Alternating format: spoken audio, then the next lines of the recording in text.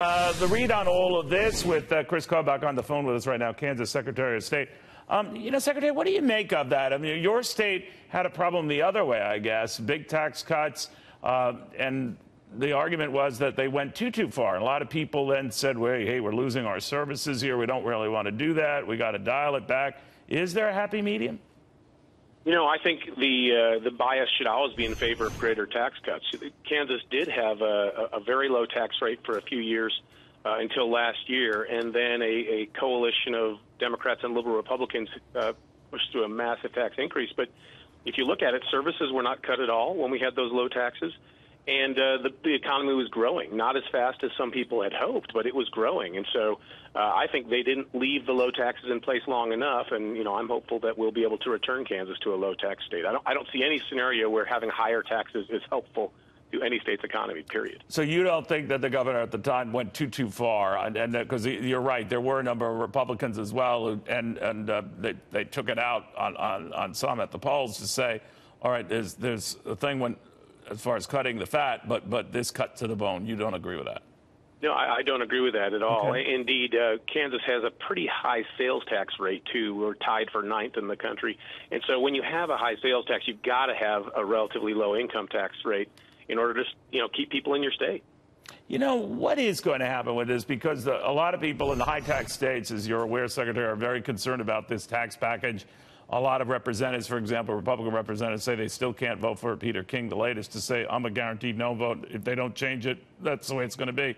Now, you come from a low-tax state. Do you just say tough luck to those in those states? Well, actually, strangely, Kansas has gone from being a low-tax state to a relatively high-tax state for the Midwest, that is. Not as high as Illinois. I think you're no New York or New Jersey. No. Or, that's what I'm saying. That's correct. No, I think we have to push for the federal tax cuts no matter what. Sure, some state and local tax scenarios will be better off than others, but look, American taxpayers are hurting. American corporations are not going to start coming back to this country until we get our corporate tax rate down. So, I think we can quibble about which states are better off, but the bottom line is the American consumer is better off when taxes are lower. A lot of consumers are jaded when it comes to these tax cuts.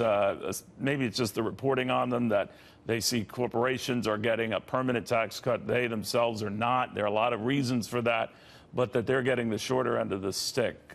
What do you think of that?